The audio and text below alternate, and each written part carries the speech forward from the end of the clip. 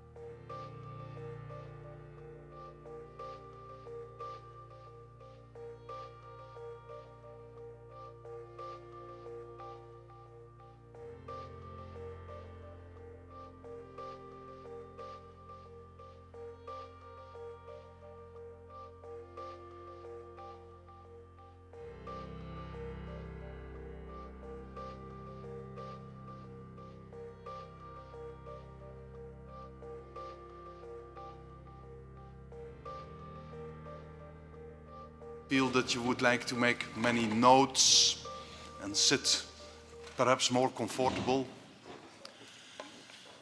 This is a joint panel organized by the Institut de Droit International and our much younger sister, that is the Hague Academy of International Law.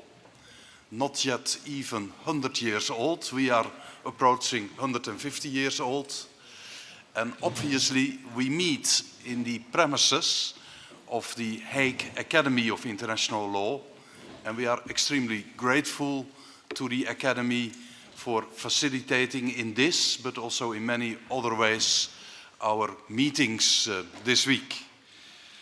And tonight we have a rather exciting topic. I was already criticized for it, but I can share that criticism with my Secretary General Marcelo Cohen, because some people told me, why a question mark after international law first? Why a question mark and not an exclamation mark?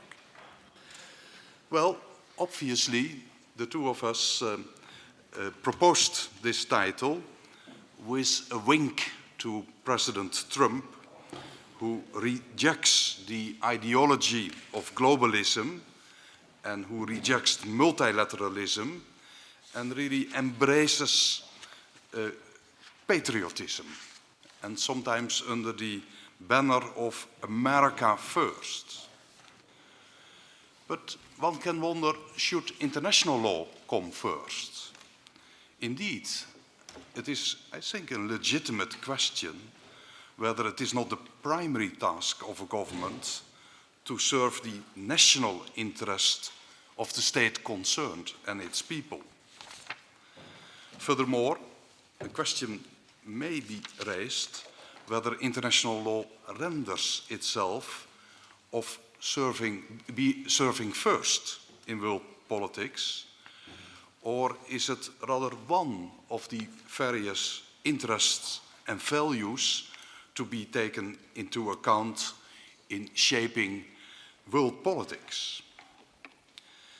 And the question is also, is the taking into account of international law not part of a rather complicated process, rather than that international law provides a clear set toolbox for concrete action? Well, these are just some of the questions which we may wish to address jointly, of course, with the audience. We have a fantastic panel which will now be introduced by the Secretary General of the Institut de Droit International, after I have just spoken in my other capacity, namely a member of the curatorium of the Hague Academy of International Law, just to symbolize that this is a tandem operation tonight. So I'm very happy to provide the floor to Professor Marcelo Cohen. Thank you. Thank you very much, Nico. So I noticed that you have different hats. And so I cannot call you Mr. President, because now you have the hat of the Hague Academy, and I'm wearing the hat of the Institut de Droit International. Usually the moderator says that the panelists need no introduction, and this is really the case here. So I just welcome my confrère and consoeur, George Avisab, Dame Rosalind Higgins, and Marty Koskeniemi, and I also welcome the member of the curatorium of the Hague Academy, Hanna Buxbaum. But you have all noticed that there is an empty chair to my left, and this is the empty chair of Professor Maurice Kamto, who doesn't need any presentation either. But as all of you are aware, our confrère Maurice Kamto has been arrested and is still arrested under conditions which are contrary to fundamental human rights. I would like just to read the declaration that the Institute of International Law adopted, unanimously adopted yesterday. The Institute of International Law, meeting in The Hague, expresses its deep concern over the treatment to which Maurice Kamto, a member of the Institute who was expected at this session, and his co-detainees have been and still are being subjected. The Institute recalls the previous initiatives it has taken and those of many governmental and non-governmental organizations and scholarly societies which have also expressed their concerns. But the Institute notes with regret that up to now, these initiatives have all been ignored. On the contrary, the situation has continued to deteriorate. The Institute recalls that the Republic of Cameroon is a party to many human rights conventions and has ratified in particular the International Covenant on Civil and Political Rights, the African Charter on Human and People's Rights, the Convention Against Torture and other cruel, inhuman, or degrading treatment or punishment, and the African Charter on Democracy, Elections, and Governance. The Institute also notes that the Constitution of Cameroon enshrines these fundamental rights. The Institute urges all the authorities concerned to scrupulously abide by the obligations stemming from the Constitution of the Republic of Cameroon and the aforementioned treaties to which Cameroon has subscribed as a sovereign state, and, above all, the principles of due process and fair trial before an independent court of law. The Institute will continue to follow closely the developments in this matter. So, having said that,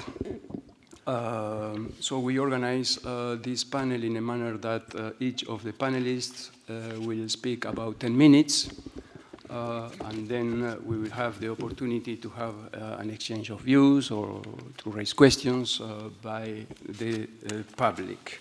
So, without further ado, I give the floor to my consoeur, Dame Rosalind Higgins. Rosalind.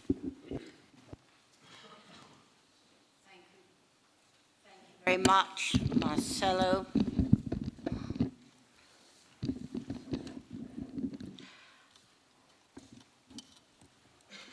It's interesting, I've read the title that's been chosen in a slightly different way from the literalist, first or second, but I think we'll be treading similar grounds. I have a couple of preliminary observations. It's always been part of my philosophy of international law that there are no automatic right answers to legal questions. Much will depend on circumstances and applicability of past precedents to current circumstances, and in tough decisions where community interests lie. And another important element is one that you heard just now mentioned in a different context. Another important element is the hat that the decision maker is wearing. It's not that international law is variable for the foreign ministry official, the judge, the academic. It's rather that the perspectives on these different elements will necessarily vary according to the hat one is wearing. You heard reference to this by the Minister of Development when she addressed us at the opening of the Institut session. Now, I've often been asked, what was the main difference you found in moving from academia to the bench? And the answer was undoubtedly that as an academic, you are, or should be, free to say whatever you think, to call it as you see it. But as a judge, one has to be circumspect, not exposing the court and always being respectful to states. And here I have a dilemma. I was a judge, and I was heavily engaged in the work of the Hague Academy, two different hats. Why does identifying the correct hat tonight matter? Because I'm aware, is my answer, because I'm aware that among those present, there will be those whose legal and political views closely resemble those of their governments, and also those who do not feel any particular inclination to support their government. I think you may not be surprised that I regard myself as in the latter category. So, aware of these two elements, I am going to assume the hat of freedom this evening. I will say in these short remarks whatever appears to me at this moment on this platform to be truthful, whether it is tactful or sensitive or politically correct or not. I do have pride that I live in a country where one's views or which government appointed one to what body, that matters not at all. And it is some comfort to say I have pride in this because there's not been much in my country for the last 3 years to feel proud about. That's my first freedom remark.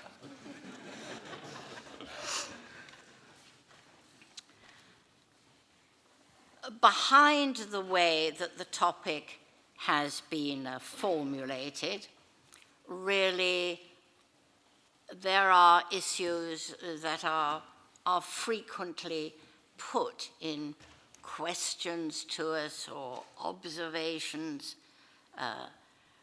when people, well-meaning people, speak about helping international law, or ask you, what is the state of international law? Or what can we do to support international law? And I generally hate this. It seems to me to diminish international law from a proper, normal subject of study to something less. For me, those sorts of questions are talking it down, it's too defensive. We don't say, even though the courts may be full of breaches of contract cases, does contract law need helping? How can we do it?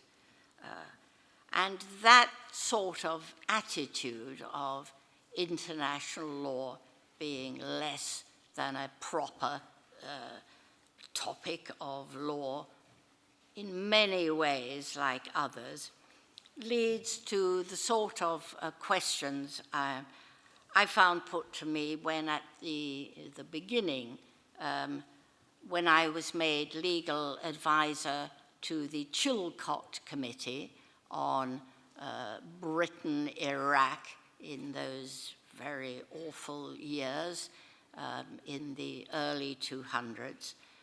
The members of the commission, as we sat for our first meeting, said, well, we're really glad to have an international lawyer, but we're right, aren't we, that international law is essentially best efforts. And we, in part, by all this talk of helping international law, supporting international law, I think lead to that sort of misconception. By the way, I think you can see by the end of that report, they no longer thought that way about international law. Now, we have, through the ages, been through difficult international situations which have had negative impacts and certainly implications for international law. We've been through such situations, and of course, one of the interesting things to discuss is whether the situation we find ourselves in today is qualitatively different. But in the immediate post-World War II era, where we were reading the words of the American realists and Dean Acheson, we were clear that it was being said that power was the name of the game. International law exists, said such leading personages, but it won't affect the decision that a powerful state will make. And then we moved to the Cold War era, which was characterized by a balance of power. There, international law was invoked, but the Soviet Union thought that this was a temporary state of affairs before full socialism was realized, and that even at the outset, it was not applicable between socialist states. And in thinking about this evening, I was astonished to recall that in what seems a different lifetime, I wrote a book on peaceful coexistence, about which I remember nothing. Then we arrived at the end of the Cold War, at the end of the 80s, and we had those like Fukuyama telling us that this was essentially the end of history, the old tensions were finished, that Western liberal democracy had prevailed, that we were entering into a new and different world. And from the point of view of international law, I think we went through a period of Western arrogance at the United Nations, where there was not proper regard paid to the views of all, that if there was agreement between leading members of the West, that was regarded as sufficient to push on. And as international lawyers, I think we know that some very odd things, legally speaking, were accepted. So there are always things to be dismayed about, politically speaking, and there are always some knock-on effects for international law. In that sense, I don't think international law in reality comes first. It is too much responsive to the realities of the day. So where are we then today? Well, today I think we see several phenomena which we do have to be disturbed about. We see the phenomenon of tough leaders voted in and the sense of shame disappearing. So persons with lives of cheating, financially or personally, it doesn't matter to an electorate anymore. Persons can have been put out of their respective parliaments for financial irregularities, and then they're voted enthusiastically back in. And even persons who have visibly engaged in killings for what they perceive as the public good, they continue to be voted in. So I'll mention a few names for the phenomenon of tough leaders which the public seem to like. So of course there's President Trump, there's President Putin, there's Duterte, Bolsonaro, and the dreaded Boris.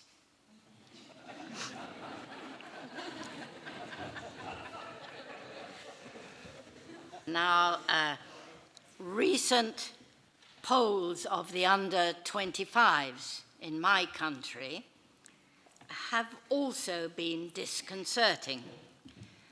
You'll no doubt all know that those who are unhappy at the way Brexit was handled generally, and specifically unhappy at the prospect of a no-deal Brexit, have used as one of their main objectives having a second referendum.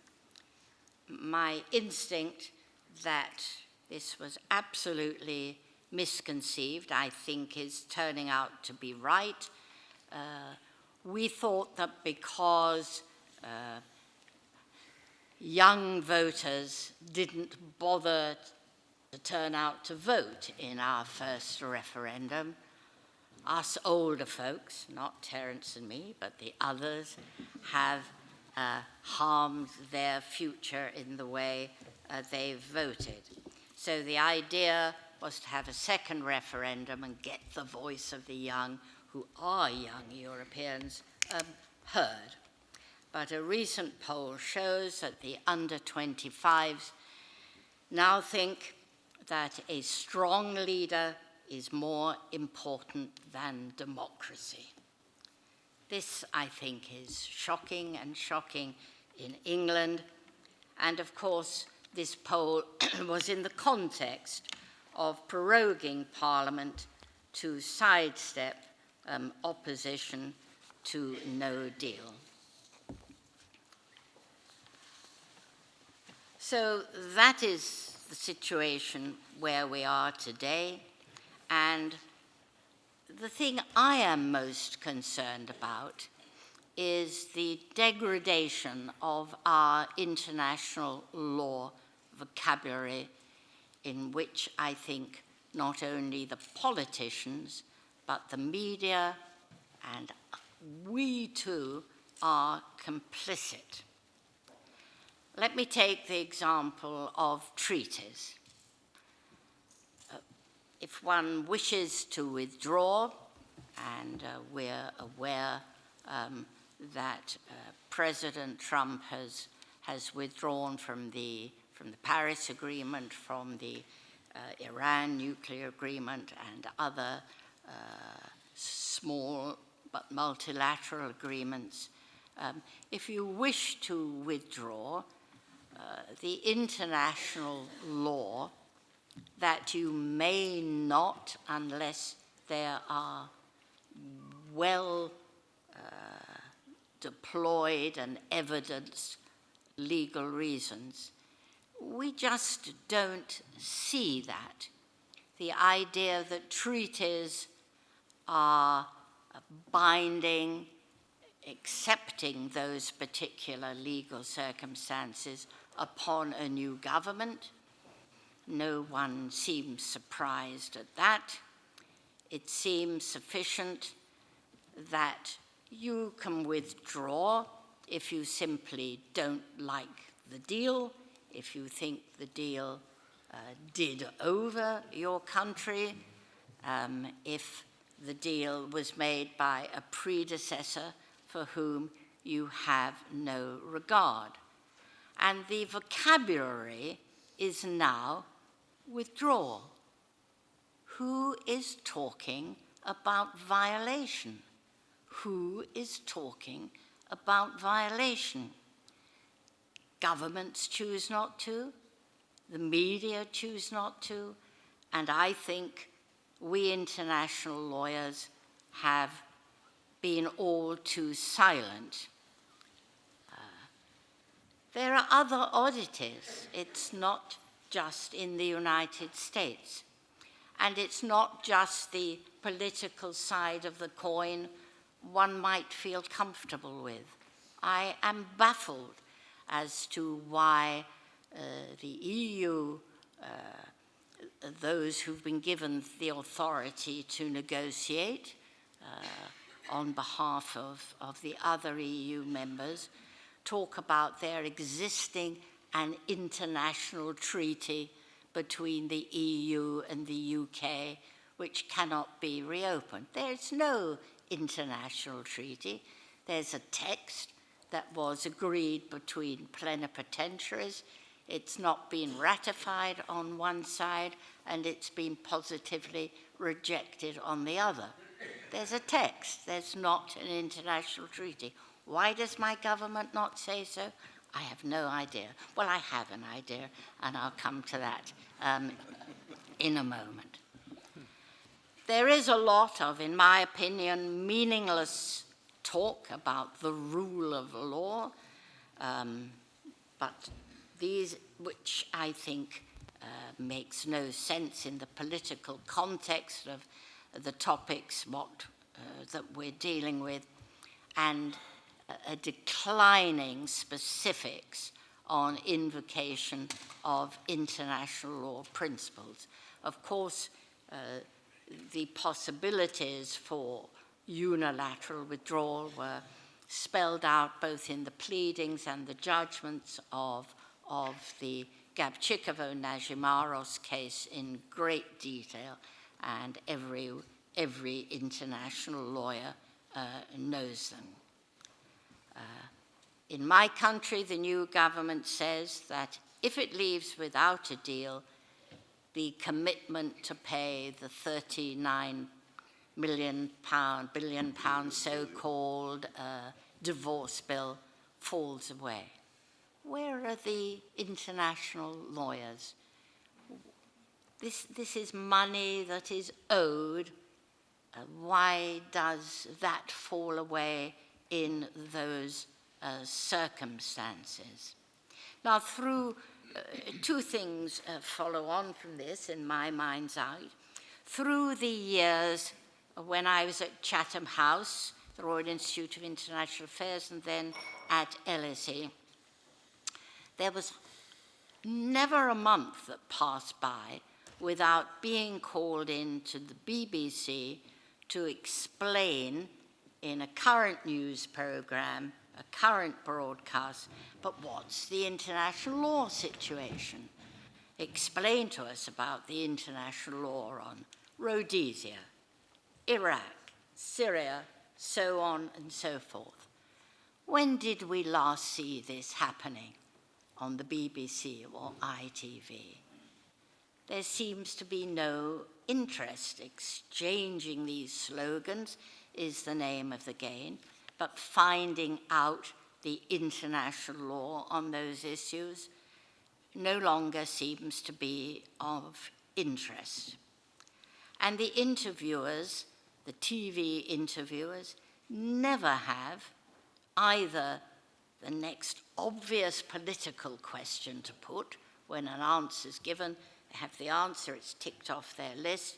They don't seem to have the nous to move on to the next obvious question, and still less do they have the relevant international law query to ask. This, I don't know if it started, but it was certainly helped along this attitude by Michael Gove, a leading figure, very able figure in British politics, who during the first referendum, when specific issues on the EU were put to him, said, "We've had enough of experts, haven't we?" And the audience cheers. So we're in this sort of anti-intellectual moment. And here comes the obvious answer. It's true that today we're all dependent on each other. And because we're an uneven field of players, we're too nervous to make corrections or criticize those we are dependent on or will shortly be very dependent on. So, again, coming back to my country, Theresa May not infrequently disagreed with President Trump on different things, including the Iran treaty and on climate change. But the language of violation of international law was never there. And under our present Prime Minister, we see the desire to line up with President Trump as our most valuable ally because we will need him in the case of a no-deal Brexit. I also see in this current era, and I'll shortly be finishing, gratuitous cruelty. When I tried to think for a few moments what characterizes the world we live in today. So we see, for example, Mrs. Zahar Radcliffe,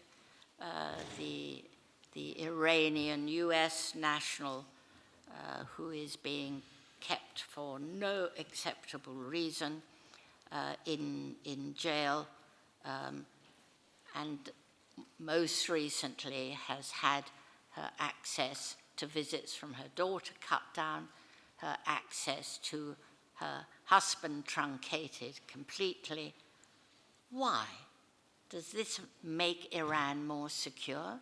I don't believe these things do. And the Ukrainian naval personnel arrested in the Black Sea, there's been a very muted response on that. We've seen the gratuity for our confrère Camto. And anything short of sanctions seems ineffective, and you can't deal with myriad issues with sanctions. Of course, it's not just in the field of treaty law that we have cause to feel some deep anxiety.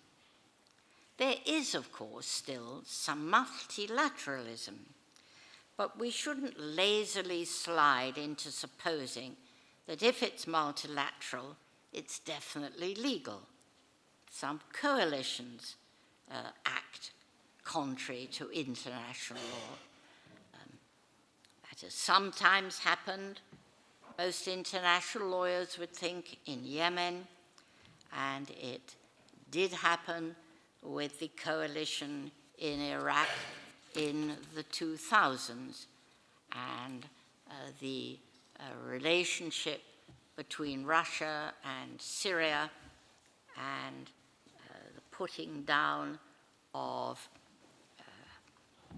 opposition in the normal sense, as well as perhaps terrorism. These are all examples. The lessons of the coalition intervention in Iraq in 2003 have been very, very hard. Short protests continue, but there is a reluctance of most governments, not Russia for reasons, historic reasons we understand, to intervene. And silence on all of these events and never characterizing particular instances as against international law is now, it seems to me, accepted as a reality. So if governments, media, no longer interested in the details of international law, and we're not pushing it, we are, to an extent, complicit in the trend we're going. The normal function of international law, as I said, does at one level continue. So the Hague Conference has had some real achievements to its name. Treaties between countries, some do still continue. The International Law Commission is very active. New norms are still being promoted in the field of chemical weapons, arms control, environment, climate change. They're still being filled in. And the national societies play their role in the conference being convened next week by Alain Pellet. We'll learn more about that. And as for international adjudication, for all the difficulties faced by ICSID, the ICC, and other bodies, it's generally been flourishing. In the last 50 years, we've gone from a single court to a court of general jurisdiction to a multitude of regional courts, courts of specific competence, the move to international criminal courts, and more. And what is encouraging is that all or nearly all of these are busy. The role of third-party adjudication continues to grow. We heard the other day from the ICJ president, Confrère Youssef, that court now has 16 cases before it. So far, this flourishing has not been accompanied by growing problems of compliance. But in the light of what I've said in my description of how I see the international scene, I fear that that is next along the line. I think we should not be satisfied today that compliance has not become a problem. I think it is out there for the future. And the message I want to get across today is the complicity of silence, and we are part of that.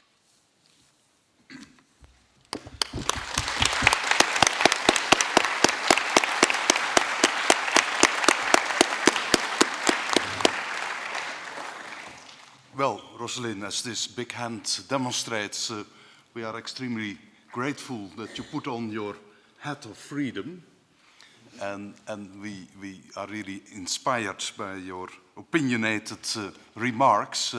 In any case, it was Rosalind first, rather than anything else. You were the first speaker. I now quickly proceed to Marty.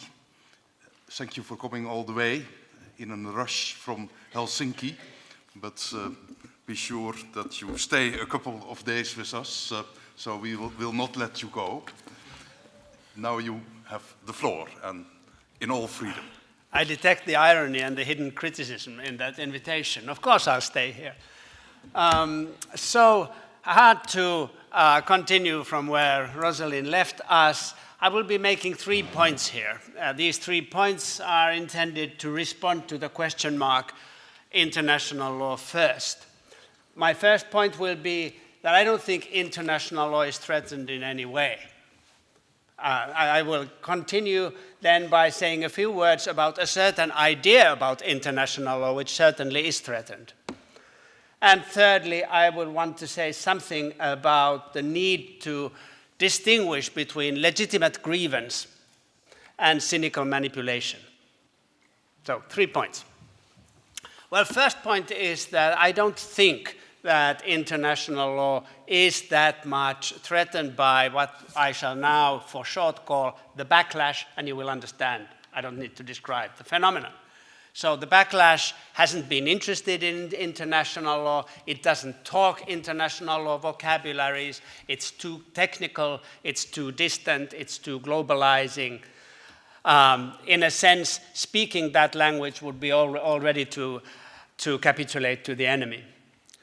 But when I hear the list of things that Rosalind was putting forward about what they've been doing, I participate in some of them, all these international institutions, many of you participate in many of them. I have lots of students, I had lots of students also earlier. There's not been much of a change there. And when I hear the call taking back control, I hear a legal claim. Sovereignty is a legal notion.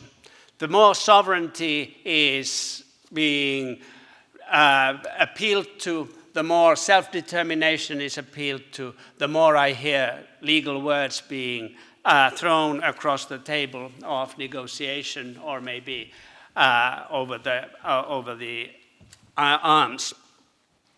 So I think international law is needed. There is a sense in which international law is always first. You can't think of yourself as a state or a statesman without already having, as Hans Kelsen once noted, already having internalized a whole notion, or a whole set of legal notions through which you are being empowered. That was always the great problem of absolutism, that when the king referred back to his absolutist power, that every lawyer around the king realized that, well, the king was making a legal claim. What do we think about that? So I don't see international law threatened in a conceptual sense. Also, as I said, I don't see it threatened as an object of attack by anybody. But my second point is that I certainly see a certain idea about internationalism, globalization, and international law being attacked powerfully. This is the 1990s idea. So Rosalind already mentioned in her careful and moderate way that something might have happened in the 1990s that actually created justified grievances, as I would put it. And I want to look a little bit at what might have happened then. Of course, the 1990s was felt everywhere. Not everybody said that, but everybody knew that where we were as a victory of liberalism, or victory of economic liberalism, of political liberalism, liberalism in terms of a certain set of institutional arrangement, both in the economic sphere and in the political sphere. There wasn't much talk about which democracy do we want. Everybody assumed that we would want the kind of democracy which the democracy advocates were pushing towards Eastern Europe, towards the developing world, etc. International law in the 1990s became increasingly technical. It also became, as many of you, increasingly fragmented. So by the year 2000, to say that international law stands for something would have been very problematic, because it stood for almost every claim you could imagine. It stood for trade, it stood for environment, it stood for privacy, it stood for security. For every important project of people who are in a position to push forward projects internationally, there was a legal regime out there. And more or less at the same time, around 2000, those international politics turned to be a clash of those legal regimes. The environmentalists hated the trade people, the security people hated the human rights people, etc. All the PhD students that came to me were suggesting that they should make PhDs on on regime conflict, on trade and environment, on security and, human rights and humanitarian law, etc.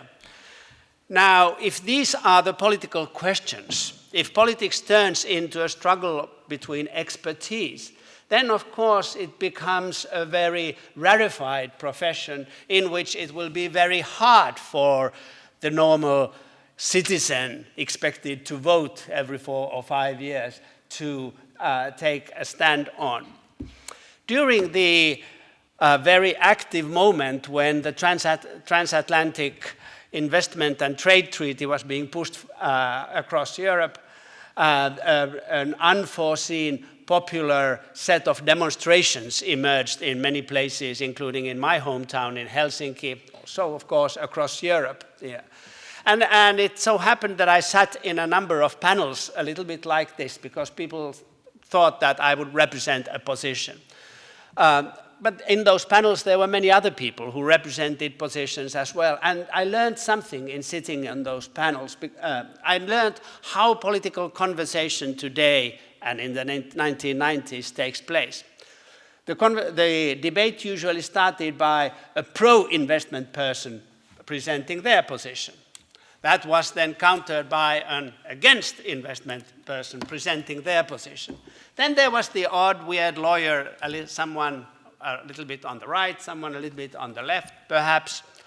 And then inevitably, there would be 2 economists. And there would be this one economist who would put forward this data, and I've heard this, that if you conclude the TTIP treaty, then every European household will be 50 euros richer per year than if you don't have it. So that says economist 1. Then there's economist 2, who says there will be absolutely no change in the welfare of Europe. Instead, some parts of Europe, especially northern parts, will suffer from this treaty. And from that moment onwards, the panel discussion inevitably turned into a debate between the respective models that these 2 economists used. And if you looked at that point, as I did, at the audience, in the eyes of the audience, they were completely frustrated, puzzled. Are we expected to decide on these matters on the basis of economic models? How can we do that if the economists can't? So that was just a little incident that I think illustrated the problem that global governance and the participation of international law in the form of various technical legal regimes in global governance created in the 1990s. Expert rule. Now, one could think that those kinds of political problems which underlay the disagreements between experts, because of course every expert regime is also a regime of value. If you look at an environmental meeting and you interview these people, you get opinions A, B, and C. And then you move on to Geneva and you go to a trade meeting, you interview these people, you get a very different set of political opinions. We all know these are 2 sociological groups that are wholly different. They dress differently, they go and see different cinema, they read different journals, they have different political preferences. But when they then go into their politics, they do that in the technical language from which everybody else is excluded. Now, one could think that aren't governments there and the parliamentary process to solve the kinds of problems, whether we should have an investment treaty or whether we shouldn't have that. But it doesn't really help because modern government in a globalized world is kind of just a regional aspect of global governance. The finance minister represents financial interests which have nothing domestic about them. They are wholly international. The environment minister goes all the time to Geneva and meets up with the other environment ministries, representing again a system of knowledge about the environment that has nothing domestic about that. National governments are just far off places where global governance takes place. So it doesn't help for you. The governmental discussion is the same expert discussion there. I am a much used for some reason as a person giving opinion to the parliament. And I've noticed that for the parliamentarians have learned to think that in order for them to be worth their salt, they must always have an expert on the side who then explains in that language of expertise, whatever it is that the political position is. And the one thing that people then learn who are in the audience is that, well, there is an expert position for every position. And actually, there is. And when one moves about with experts, one meets, as it were, the expert of the morning and the expert of the evening. Now imagine an interdisciplinary conference. In the morning, the experts present their papers, and it sounds very exotic and very powerful. They are full of self-confidence. Here is my latest data. And especially if it's an interdisciplinary conference, you don't know that well, you are very impressed. Wow. So that's the expertise of the morning. Self-confident, powerful, true. And then you go to the same conference in the evening, a couple of glasses of Burgundy afterwards, and you hear another conversation. And you hear this: oh, my field is a mess. We have no idea what's going on. We are completely divided about the basics, and especially about the basics. We can a little bit agree on something on the surface so that we can keep up this sense of being experts, but we have just no clue. So I suggest, and now I'll move on to my third point, that in the 90s, what happened with international law being part of this global governance, being part of an expert work that took place in faraway occasions, was the complete alienation of people from that kind of thing. And the political channels were closed from them. Why were they closed? Well, because human rights. What are human rights? Human rights are requirements that set limits to what can be politically said. When in the early 90s, people started to notice that that's what human rights are. They are, pardon my French, they are trumps in the language of Ronald Dawkins.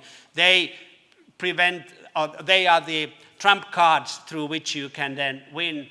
When people started to notice that that's what rights do, they of course started to claim rights. And all of a sudden, there wasn't a preference of any group that couldn't have been, or that wasn't translated into a right of that group. So political debate became struggle of rights against rights. Now, many people, and especially human rights experts, of course, thought that not everything is a real right. But how do you measure? There is no litmus test. What is a fake right in relationship to a genuine right? You say, oh, well, you say that there is a right to Nazi freedom of speech. Of course there isn't, but how do you know there isn't? Well, because, you know, if you're politically of a certain view. Now, the human rights group, as a group of individuals, that do not think that everything is a right. They have a very specific kind of pinkish social democratic view about what things should be called rights and what things shouldn't. But it's only their political preferences that make them understand and make those differences between what is a genuine right and what a fake one.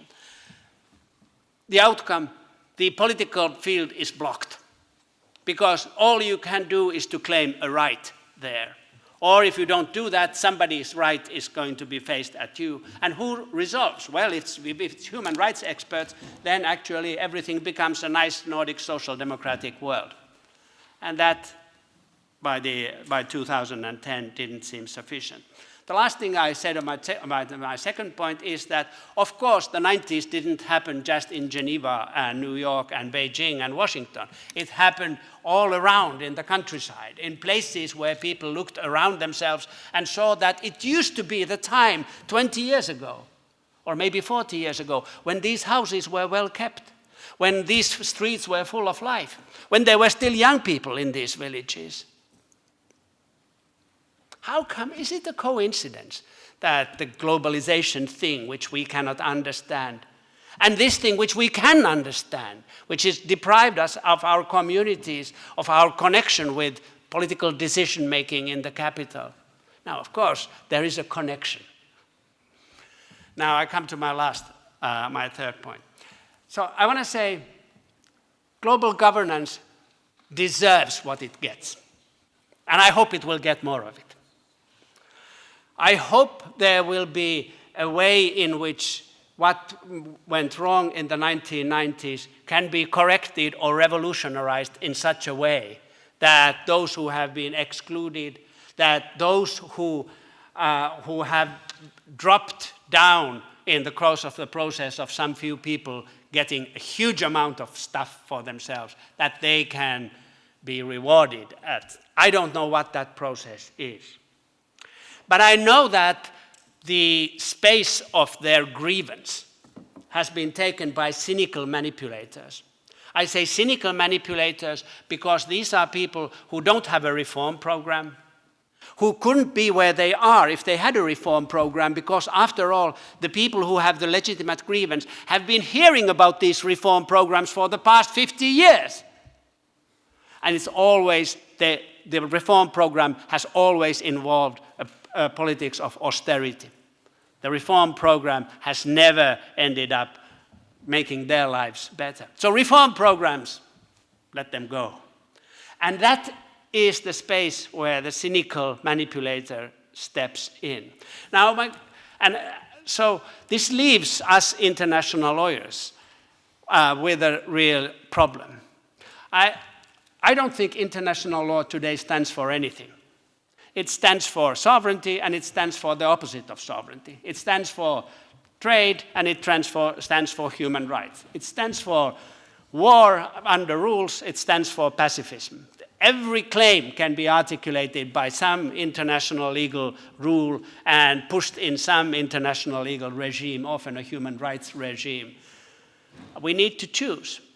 If we think of ourselves as international lawyers, I would say most people in this room aren't random like that.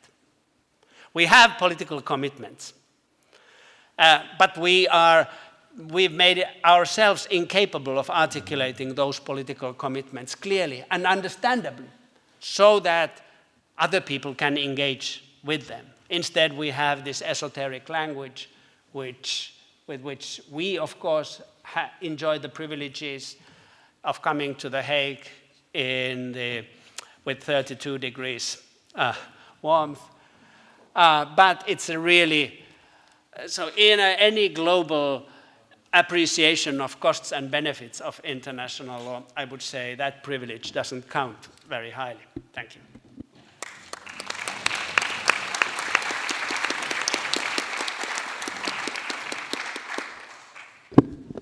Thank you very much. Marty, we noticed that you didn't put your hat of freedom, but we all know you, and we know that you are wearing it every time. Exactly. So it is my great pleasure to give the floor now to my colleague, Hanna Buxbaum. You have the floor. Thank you very much. So I want to start by thanking Nico and Marcelo, the Institute and the Academy for organizing this joint panel. I am honored to represent the Academy on this occasion. So the title of the panel does seem somewhat designed, as Nico mentioned, to invite commentary about the United States, although to phrase it as a wink is perhaps a more polite way of suggesting that. And as the American among this group, why not? I am happy to comment a bit. So, you know, we can recognize as a starting point that in the arena of world politics, every state has its own political and policy agenda. I think this is, Nico says this sometimes goes under the label of patriotism. I remember there was a very amusing moment at, I think, one of the early G20 meetings when President Trump was talking about Angela Merkel and said, you know, I would be disappointed if she didn't act to zealously promote and defend German interest, right? This is what she's supposed to be doing. So one way to read the theme that we have been given is to say, well, as a state, and let's say, the United States, as a state pursues its own political and policy agenda, it should put international law first. It should reach first for the multilateral solution in addressing new problems. It should comply with existing treaties, respect our international institutions, and in general operate in a way that is respectful of and constrained by the norms that limit unilateral action, none of which the United States is now doing. But there's another way to read the theme, I think, which is to focus on the structural relationship between international law and national law. One aspect of that relationship, of course, is the formal hierarchy of types of law within particular states. So for instance, in the United States, international law does not come first. It does not take precedence over either the Constitution or indeed over ordinary federal legislation. What I want to talk about is a second aspect of that structural relationship, which is the way in which international law norms can be or sometimes are reinscribed in terms of purely local law in a way that in essence takes the international out of international law in ways that I think threaten its universalizing possibilities. So to illustrate this kind of reinscription, I want to use one brief example from outside my own research area and then one longer example from within it. So the brief example is from the area of human rights. Now, here again, there are many ways in which the United States chooses not to put international law first in the first sense that I mentioned. We have the withdrawal from the Human Rights Council. We have the failure to respond to human rights monitors. You know, the list goes on and on. But on the reinscription point, this past May, Secretary of State Pompeo announced the creation of a new commission. It is called the Commission on Unalienable Rights. This group, according to the Federal Register, is intended to provide, and I quote, fresh thinking about human rights discourse where such discourse has departed from our nation's founding principles of natural law. I think it's worth quoting at a little more length the Secretary of State's announcement about this commission. So here's what he said. I hope that the commission will revisit the most basic of questions. What does it mean to say or claim that something is in fact a human right? How do we know or how do we determine whether a claim that this or that is a human right is true and therefore ought to be honored? Is it in fact true, as our Declaration of Independence asserts, that as human beings, we, all of us, every member of our human family, are endowed by our Creator with certain unalienable rights? Each of these is an important question, and the mission of the Commission is to provide advice on them and others, not as purely abstract academic matters, but in a manner deeply informed by the timeless truths embedded in the American founding with a view to guiding our nation's foreign policy.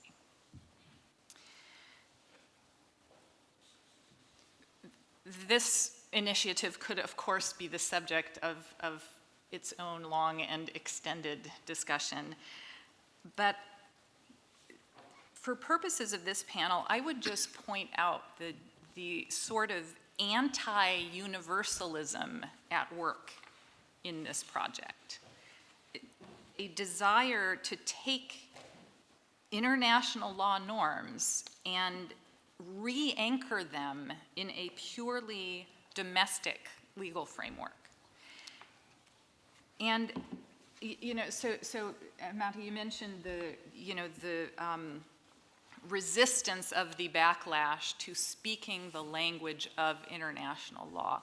This seems to me even more insidious and problematic, right? Because it is, you know, appropriating the language of international law and sort of perverting it into really a purely domestic instrument.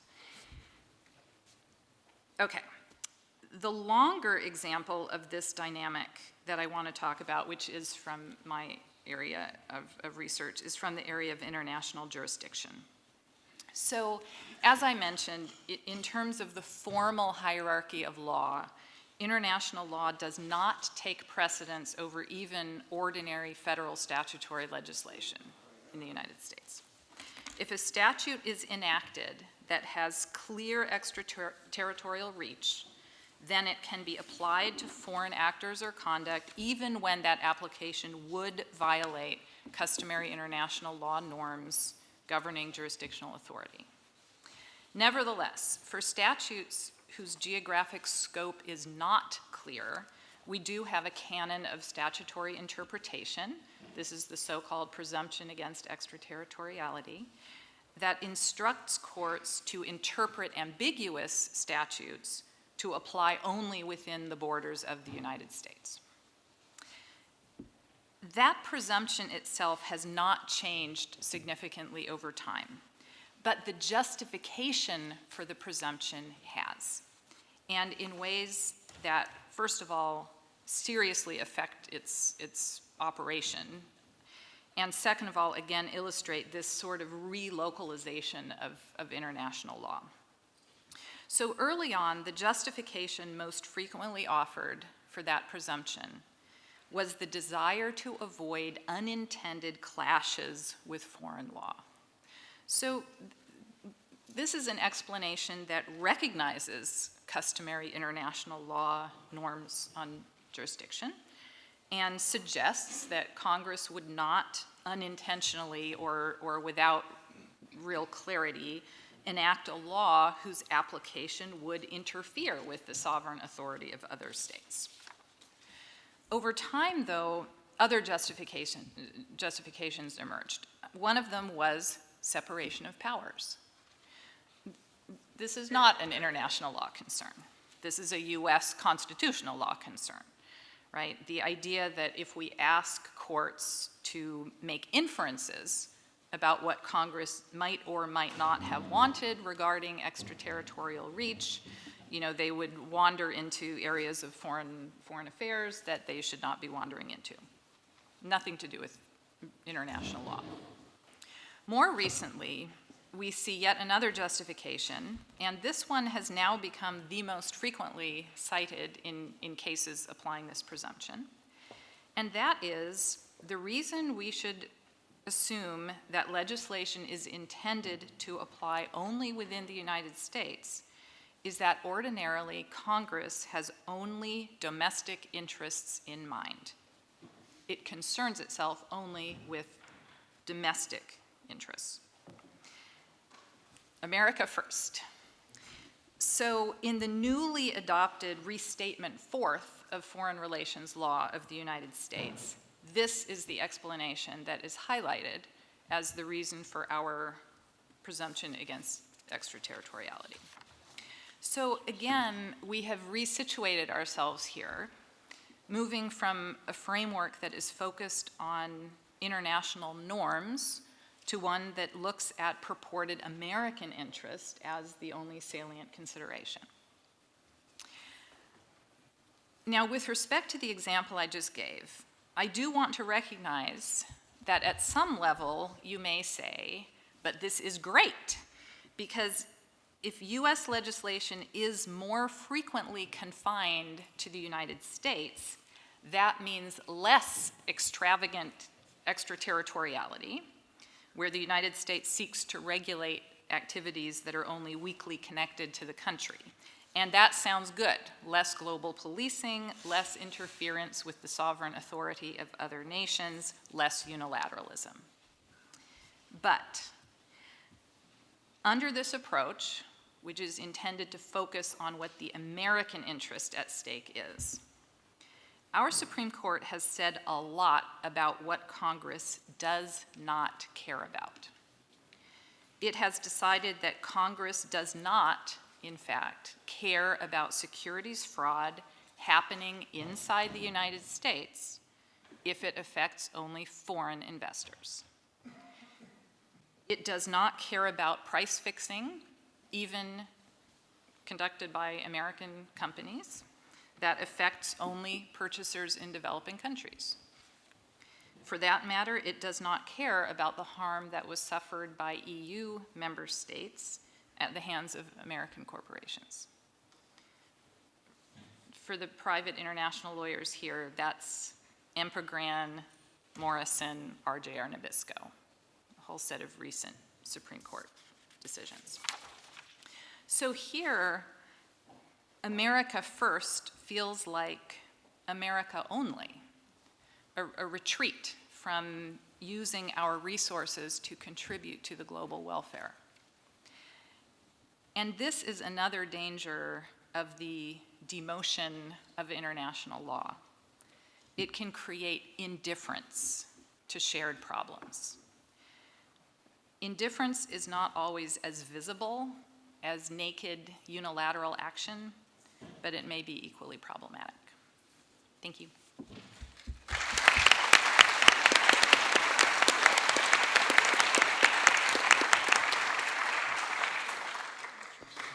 Thank you very much, Hanna, for your really own contribution. Wearing your academy hat, currently you serve as the director of one of the two directors of the Research Center for International Law of the Hague Academy, and we are also very happy that you did bring your students to this evening session. And we are also very happy that, of course, you also represent the field of private international law on our panel, although fortunately it is all coming together as two fields which are inseparable.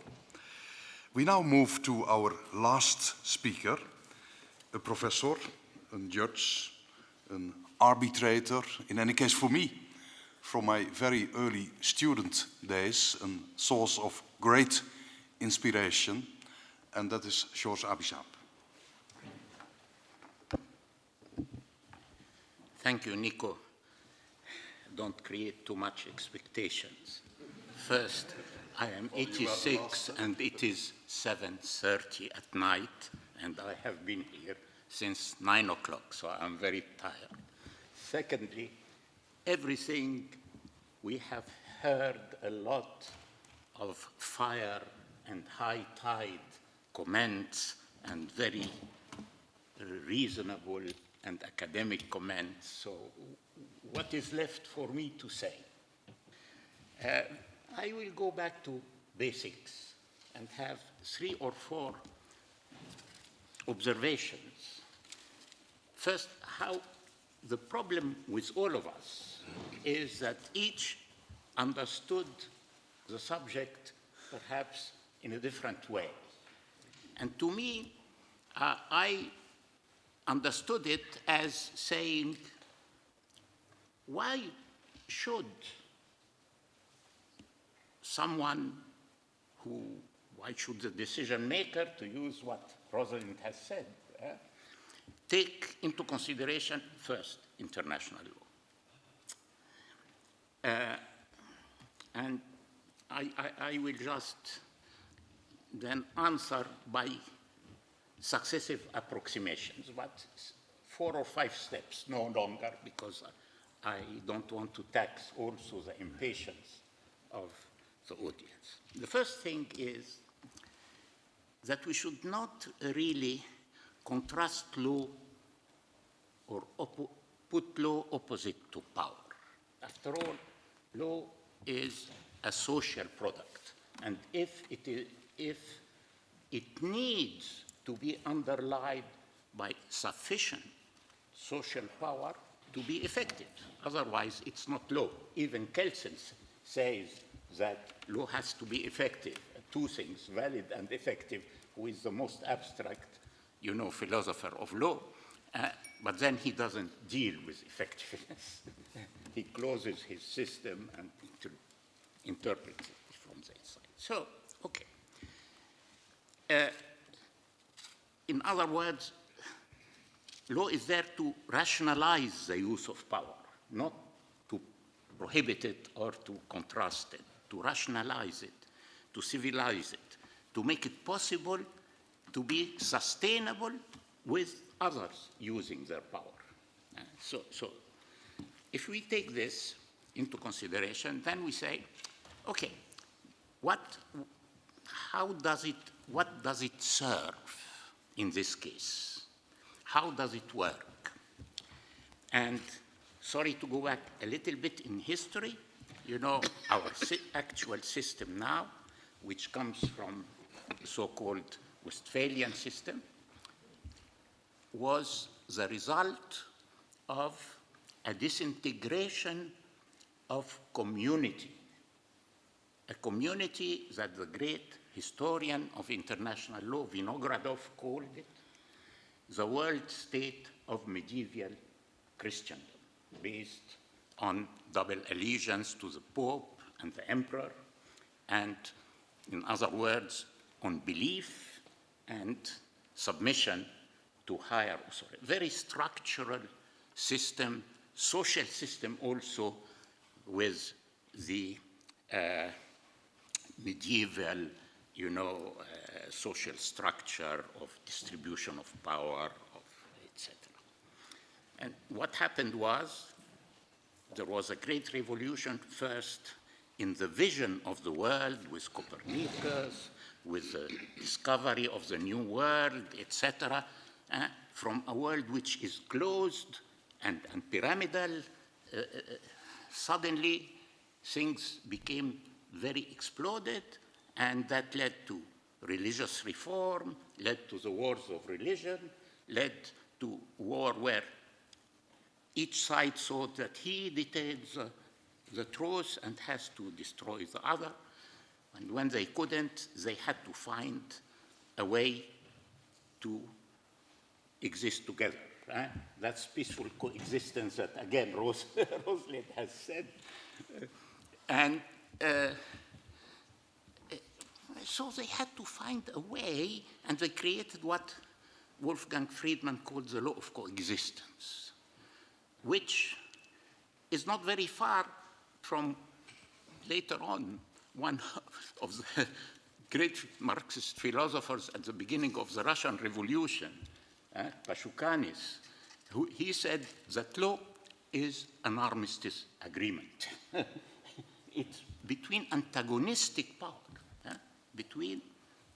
in fact, it creates a kind of coexistence between potentially antagonistic power. And what role does it play in this case? It tries to keep them apart. So it imposes only one negative big obligation for each, not to interfere in the territorial and jurisdictional sphere of the other. That's almost the definition of sovereignty. Everyone does not depend on anyone higher. That sovereignty has the last word, but he has to recognize this last word to the others in order to be able to coexist with them. The role of law there is simply play the role of creating some rules of the game. But it's a different game. It's a zero-sum game, like poker, which permits everyone to play against the other at his detriment, that what one gains is the other loss. And so that's the pacification role of the traditional international law. And if we look at that, and that is a little bit the version that has been created by many writers, including Marty, by saying it's a kind of window dressing, it's a kind of ideology, but it doesn't have effect. Okay. However, the communities that disappeared as a result of the disintegration of this slowly was replaced by small communities of interest. And that came after the Industrial Revolution, second part of the 19th century, first in the field of communications because of the new technologies which were introduced. The territory of the state was very small. They had to go from one place to another, first by reverse commission. But the Universal Postal Union, one of the oldest possible existing international organizations, this type of regulation, but they were small islands in the huge sea of the law of coexistence. Small islands are based on a different assumption. It plays another role. It's the law of cooperation. Again, I cite Friedman. The law of cooperation is based on another assumption. The assumption is that there is a common interest or a common value, though values came later on, which cannot be promoted, cannot be protected. You cannot realize them individually. So you have to do them together. And that law is really a kind of a blueprint for collective action. Blueprint for collective action, which imposes positive obligations. You have, and if it imposes positive obligations, these obligations cannot be the same, like the obligation to abstain from intervening. That's the same. I give the example that the abstention of the mouse and the elephant is the same, but the action of both is very different and has different effect. So here you have to have someone to distribute the roles, etc., according to what each can contribute to this blueprint of social action. It has to be, you have to have a chef d'orchestre somehow. And here you need institutions. It cannot play by self-action as the law of. I cannot go into greater details in this, but this is the idea. And these islands grew even with the League of Nations. They thought they could create the same thing on the big problem of war and peace by creating collective security, but it didn't work because the participants were not, it was lip service to a collective value and interest, but they didn't really believe in it, and so the system failed. But the islands became archipelagos after the Second World War, and I would here come to what Marty said about the 90s. It's not the 90s. Since the end of the war, we have had many regimes. The special regimes, in fact, are examples of the law of cooperation where there is this realization of a common interest or a common value. If you look at human rights, this is basically a common value. Even international humanitarian law, which is the law of war in a way, has part of it. It has turned from a pure example of law of coexistence. If we look at what exists now, it's very much imbued with the spirit of law of cooperation. Okay, having said that, and I don't want to tax you more, I will come to my end. The law of cooperation is a non-zero sum game, meaning in playing the game according to the rules, everybody wins. If you sabotage it, everybody loses. There is no halfway house. And I'll give you here I come to actuality. L'actualité in French, I don't know if you could say it in English. Well, what are the two big, so first, no, I have to say one thing. First, I don't agree with Marty that the proliferation of special regimes is necessarily a bad thing, because I think it spreads the logic of the law of cooperation. Whether the experts who want to live out of it create great conflicts, etc., is another thing. I'll leave it up. If we look now at what is happening, and this is why I think that even by rational calculation, a decision maker has to act in the sense of giving priority to this type of law. If we look at the two fields where there is great contention between the United States and many others, trade and environment. In trade, and I know a little bit about it because I have been on the appellate body of the WTO, we are the result of American policy. They are replaying what happened during the 30s, the beggar my neighbor policy. Those who know economics know. You start by putting tariff barriers. The other one retorts by playing with the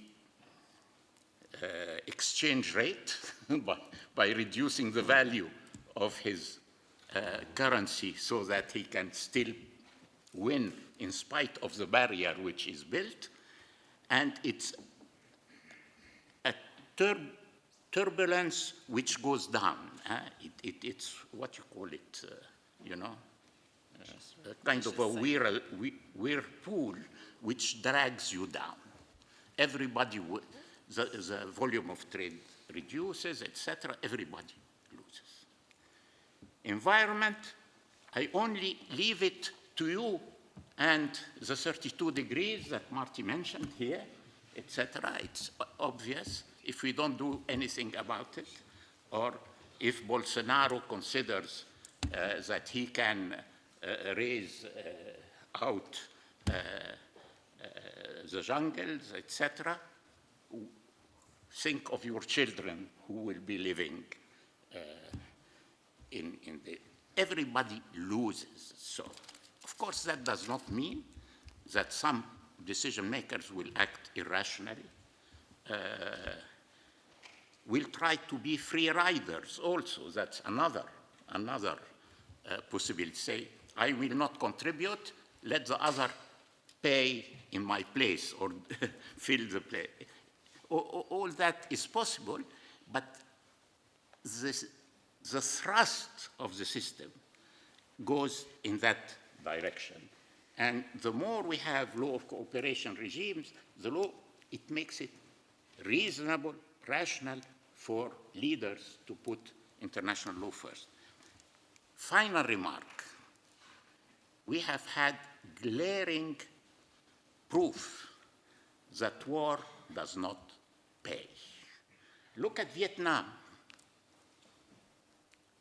What happened was the great United States was defeated militarily, and now they are very good friends with Vietnam, and Vietnam is one of the tigers. Look at the havoc which they created by invading Iraq, and the result is what? Exactly what they didn't want, that Iraq is to a great extent controlled by their worst enemy, which is Iran. War does not pay any longer. So if you take all this together, I think international law first. Thank you very much.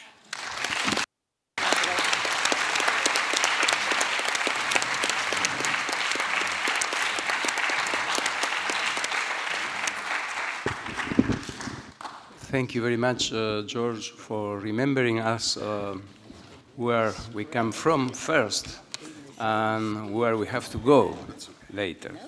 So we still have about 20 minutes for your comments or your questions. So I open the floor. I would just ask you to introduce yourself and to use the microphones that you will find close of you. So who is first?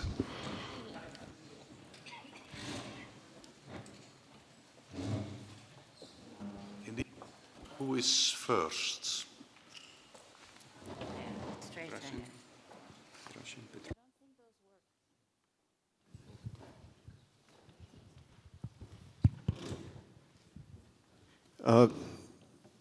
Good afternoon. My name is Dražen Petrović. I'm a member of the Institute, recently elected, so I'm new cookie here. But I want to take what George Abisad said, war does not pay. I agree on personal level because I went through war and I know it doesn't pay. But it does pay for international law. Because after First and Second World War, there was a boom of international law. And actually, international law profited from wars because it was developed after crises. And what I believe is now there is a war now, and it is caused by the fact that there are new elephants who start to act, who may have abstained in the past, but now they want to act. And they think that rules should change. And they want this international law, which is Europe-centered or Western Europe-centered, they want it changed, and they want more place. And the problem is those who established rules of game do not want to play that game anymore because they start losing. So when you democratically get a new member in an international organization, traditional members walk away. When they are overruled in Human Rights Council, they walk away. So we see it in the field of investment treaties, we see it in the field of trade, we see it in the field of environment, that old rules are not anymore shared with others. And if you come from perspective of international organization, it comes even more striking that old players are not that important anymore.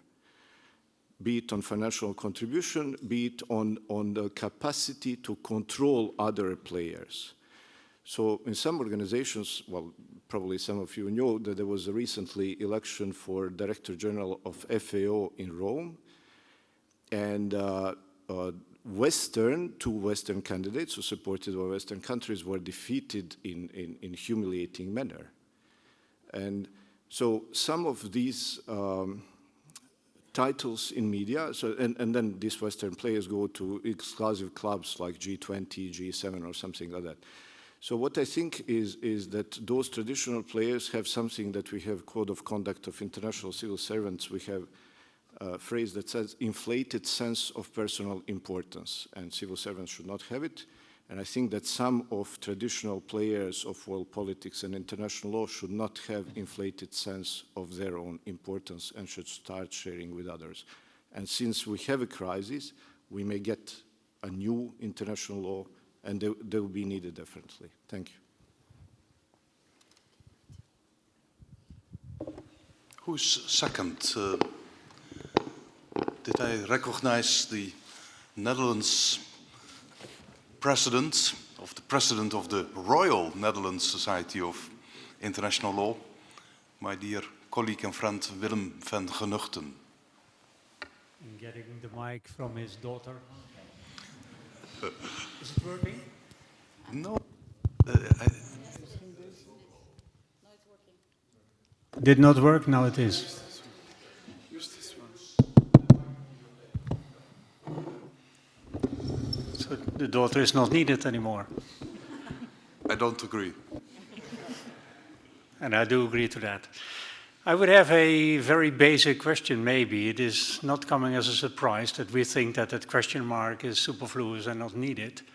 The key question these days is, to my mind, how do we international lawyers engage in debates with populists, telling them to some extent that international law also did bring something. It's not only a barrier, it's not only problematic, it also did lead to things like a bit of stability, things like talking about real issues. And I could go on, of course, but the question is basically, how do we international lawyers, engage in these debates in order to make sure that we really are talking about something that is worth talking about? Thank you. Anybody else? We collect a couple of questions. Yes. Maria Teresa. And John Ducart, but Maria first.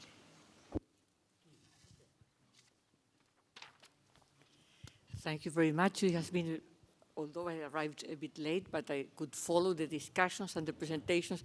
Thank you very much for the comments, because although you may have perceived that you were talking about on different levels or different music, or playing different music, I think it sounded differently to us. I have two comments, one from a sovereign perspective. I remember in the 90s when Chile recovered democracy. In Chile, there was a debate, how far should we go in accepting international standards and new treaties, or treaties that were already enforced but not for Chile. And I think that one of the ideas was to be more autonomous in the international system. We needed more international law. That was a good idea. It was coming from politicians who were preaching in that direction, and I think that was the right one, to be able to play in a world according to certain rules. Someone had been negotiated by other partners, but were not ashamed of being part of that society in the future. That's one point that was in terms of trade, in terms of human rights, in terms of environment, and so on. The second question, I was very much impressed by your question, Professor. It was how to use the resources, my resources, to contribute to the world welfare.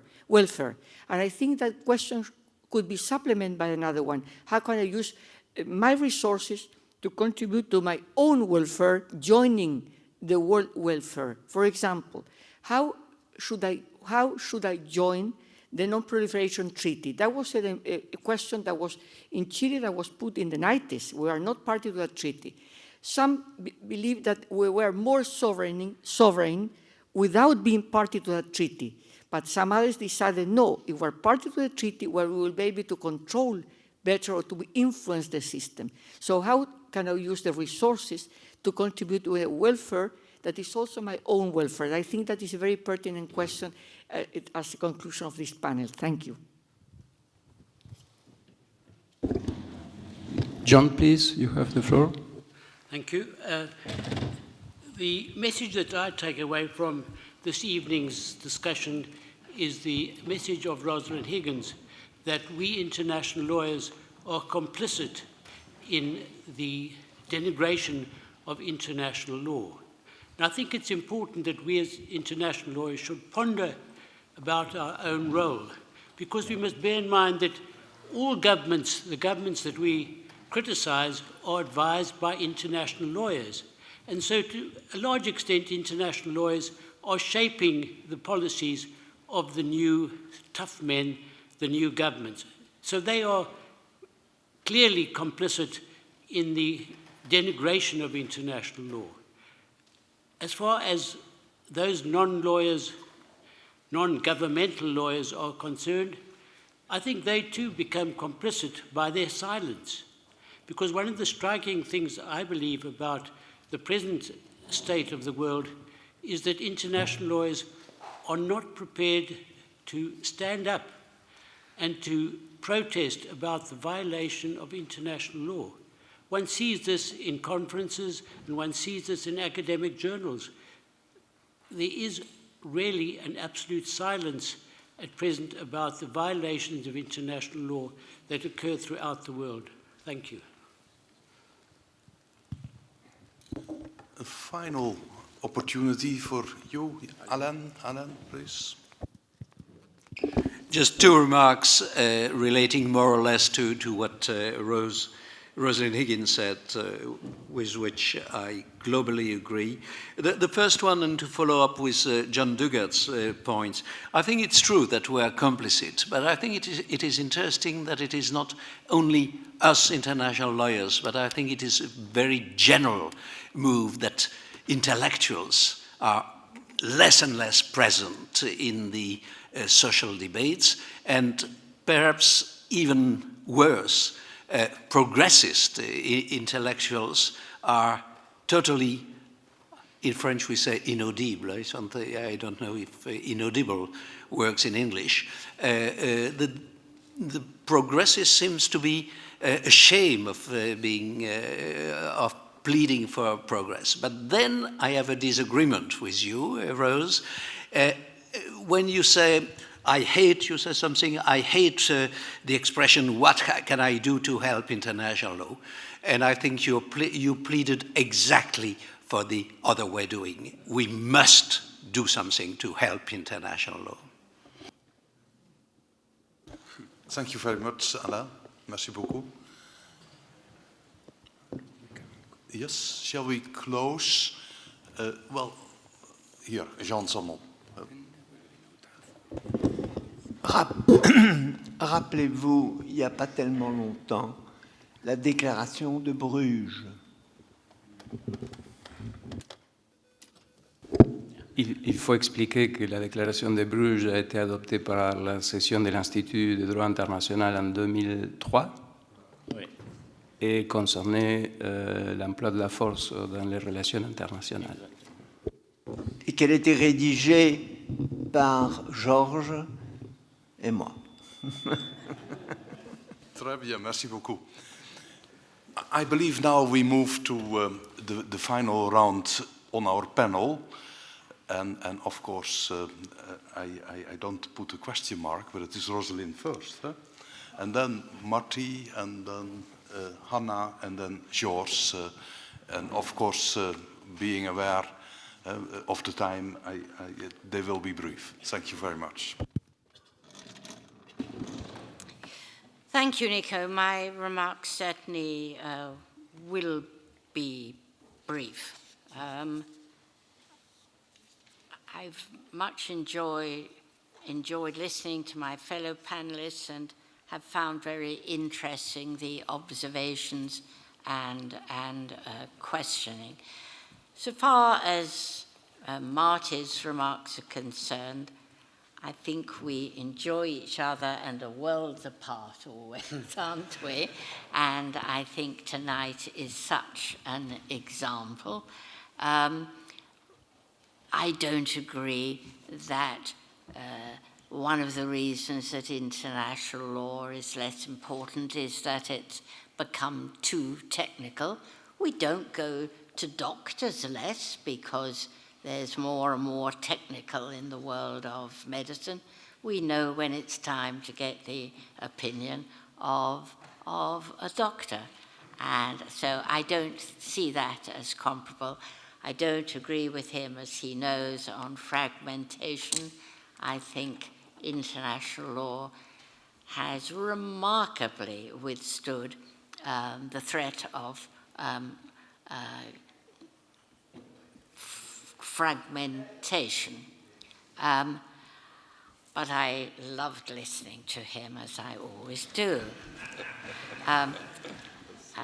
Hanna Buxbaum, I found extremely interesting. Things were put in ways that I had not thought about. There's much I agreed with in Georges Abissab's statement, and well, I come from a Yale Law School background, and McDougall used to say it's not law and power. Law is where there is a confluence of power and norms. And I think George is really a hidden Yaley. in some of the things he had to say. I listened to Confrère Petrich with interest, saying that war doesn't pay. His examples were excellent ones, but sometimes wars really are necessary, and to go to war in the Second World War, it did pay in the sense that it stopped Hitler being and National Socialism being everywhere. So sometimes it's necessary and achieves the underlying aims, and sometimes, as you rightly say, it doesn't. I also understood his point and agree with his point that in the global institutions, the West is in retreat. I think there's a lot of evidence for that. But again, I was surprised at the examples. You know, the West doesn't like being overruled in the Human Rights Council, so it walks away. There's a hell of a lot wrong with the Human Rights Council, and sometimes being sorry to be overruled there is exactly the right and human rights compliant response. And the other example you gave was on the environment. The West doesn't like being overruled on that. I think developing countries have huge environmental problems, so I don't see that as a West and developing country or Eastern European issue. And there was much, though, other than your specific examples that I could agree with. Professor Van Genuten, yes, there's nothing I can usefully add. The ambassador, how can we join national and international values, and that is by expressing nationally how the international values do most usually support what one wants to achieve nationally. And for my last two interventions, I really have nothing useful to add. Thank you very much, Rosalind. Marty, are you willing to? Yeah, of course. So, of course, Rosalind, we disagree on many things, although I think we love each other as well. Yes. But so where is the disagreement? I think Rosalind thinks that international law is a good thing. For me, I'm agnostic. I look at what things international law does in the world, and some things are good, some things are not so good. International law, certainly, as we have underlined here, is connected with power. International law enables a lot of use of power. We usually mistakenly believe that law stands there speaking truth to power. Nonsense. So law is there inside the power already. Law enables it. Law makes it, facilitates its ways in a million ways. And I want to know, well, who's being facilitated? International law is deeply complicit in the way the world is. It has not been outside watching all these things happen. It has provided those tools. It's economics, it's politics, it's technologies. These are the tools that everybody uses, whether you are, well, anyway. So we have to ask, well, what does it do? And I see it do different kinds of things. I don't have this a priori belief in it. Second point to Georges. So Friedman and law of coexistence to cooperation. That's a really important thing. I think the sociological analysis that what has happened in the post-war era is this sense of trying to make it a cooperative thing. But then within that ideology of cooperation, all of a sudden some people have started to lose their trust on others who pretend they cooperate, but it seems that everything keeps accumulating to cooperator A, whereas cooperating partner B gets nothing and only gets to hear how wonderful it is to, cooperate while, I get higher and higher and higher. So I'm not saying that's how it is, I'm saying that's the perception of how it is. And the really crucial thing is for us to understand what is the problem out there in the world. And the problem isn't that the international institutions don't have good reform programs or should have better reform programs. So people don't care about reform programs. They've heard about these reform programs all their lives. So it's not, and deep down, it's not because people feel they are unjustly deprived of economic values. It is that they're losing status. That's the problem. So what people used to think of themselves in the North, mostly that, well, however we are, at least those people there in Asia, in Africa, they will be worse off than me. But all of a sudden, well, no longer, it's not clear, and all kinds of demands are being pushed to them by feminists, by developing country people, by Jewish philanthropists, by LGBT people, threatening all that structure of values which in the 60s still were kind of, with which we could rely at that our children and our children's children will be better off, so that's gone. And that's why I don't think we can, so there was a question as how we can come and talk to these people who feel disillusioned, betrayed, who feel defeated. What can we say? I don't think we can say anything to them. I think we should listen to what they have to say and think back as to, well, whoops, this is a different kind of a problem. So our reform proposals, the time is over. The time of speaking reason in that sense is over. I'm not happy about that, but it seems to me that something new is needed. And the last thing I want to say is the question of trust. So the conversation needs to be based on mutual trust. There is no trust. An expert sets in and everybody blocks away. So we are being betrayed. The fact that we were defeated and betrayed and fell down, this is because these people kept speaking to us. So we don't trust them. Expertise is betrayal. Now, of course, I sometimes exaggerate my points in order to make them come across, may come as a surprise. But I still want to underline that. So how do you deal with that predicament? And I don't know how you deal with that predicament. But what I do know, that if you think that this is business as usual and that the next UN reform program will just get, the UN associations across the world celebrate us and we will be flying business class to these places as we've done in the past. No, it's not going to be like that. Thank you, Marty. We proceed immediately to Hanna. I will be very brief and say, first of all, I agree completely with the idea that this is a time to listen, not a time necessarily to try to instruct. And in the United States, this is so. So the climate, as I think Monsieur Pellet observed, is so anti-elitist in a way that manages to capture, it's anti-knowledge, it's anti-experience, it's anti-information, it's anti-science, it's anti-data, it's, this anti-elitist trope that we hear is actually just reason in the way that we would understand this. And when it comes to international law, I think what I worry about is, on the one hand, to attempt to appeal to collective interests, collective values, comes off as hopelessly elitist in all of these ways.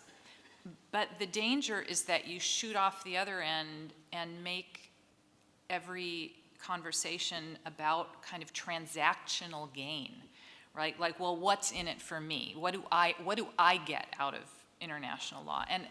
And I really, with some trepidation, because it's not my system, but I felt as an outside observer that there was a flavor of that happening with Brexit, right? Because the dialogue turned into, well, we have to put up with, all of these regulations, what do we get out of it? And the answer that people were given were things like, well, you get a certain amount of money for, this sort of subsidy, and well, you get, you get access to these markets that you wouldn't otherwise have, and right?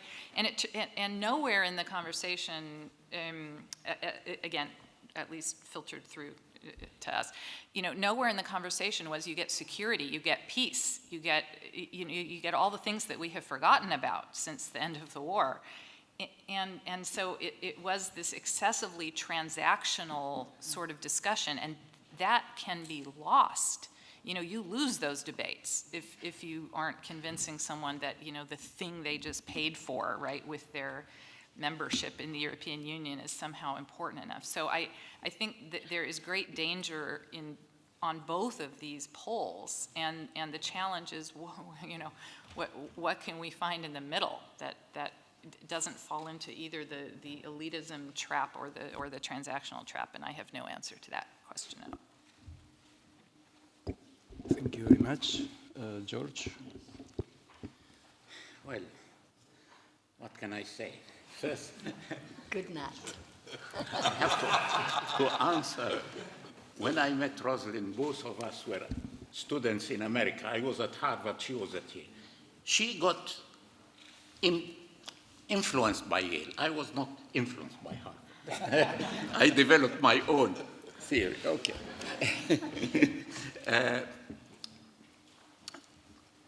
Marty, I am very happy because I agree almost with everything he said. And yes, almost, but that's a lot of what he said now. And I agree that there is a great problem. And this also is a little bit of an answer to Maria Teresa's thing about resources.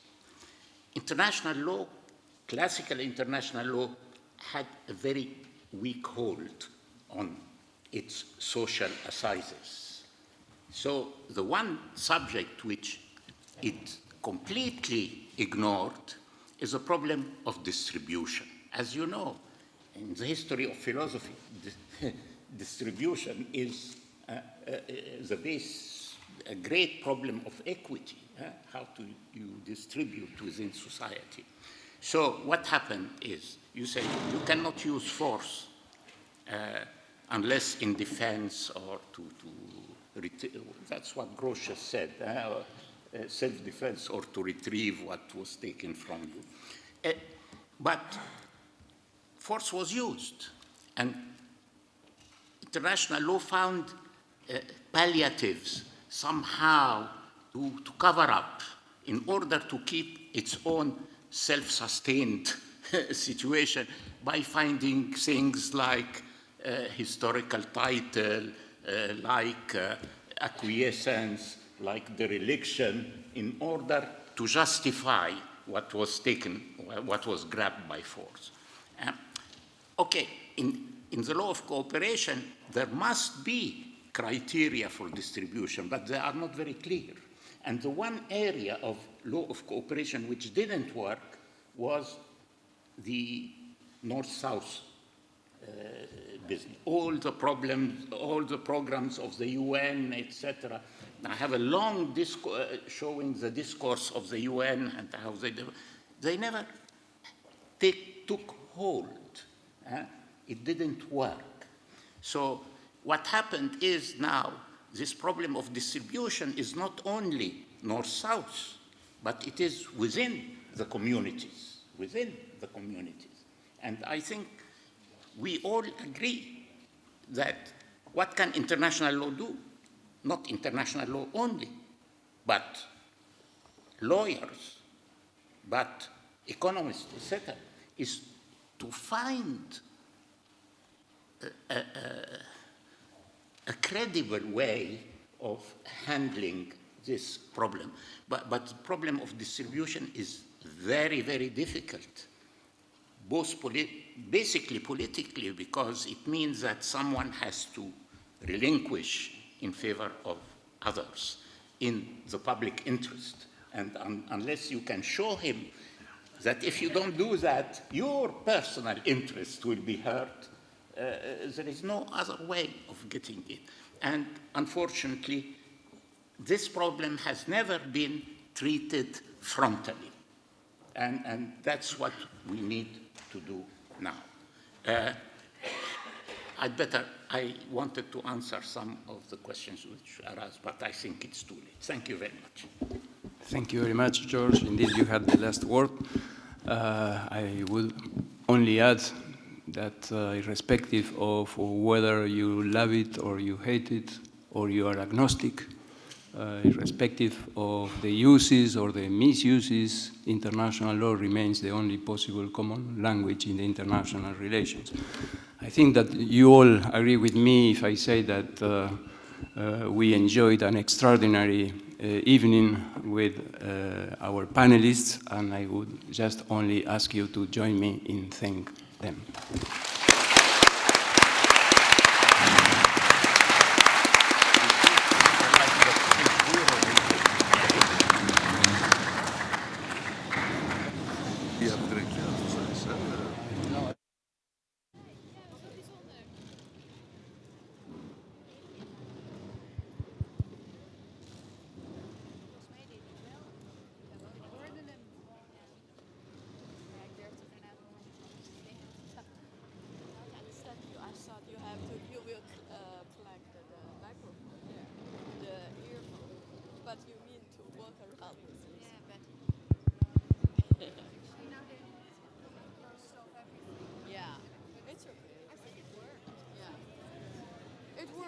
Hello. No, it doesn't. No, but not now. No, they closed it off, I think.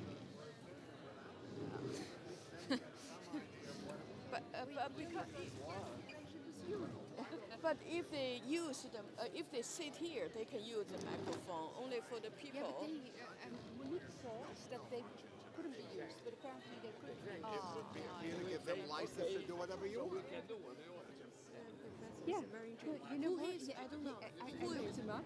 He's the registrar. Hey, of my God! The registrar of the International Administrative Tribunal of the ILO.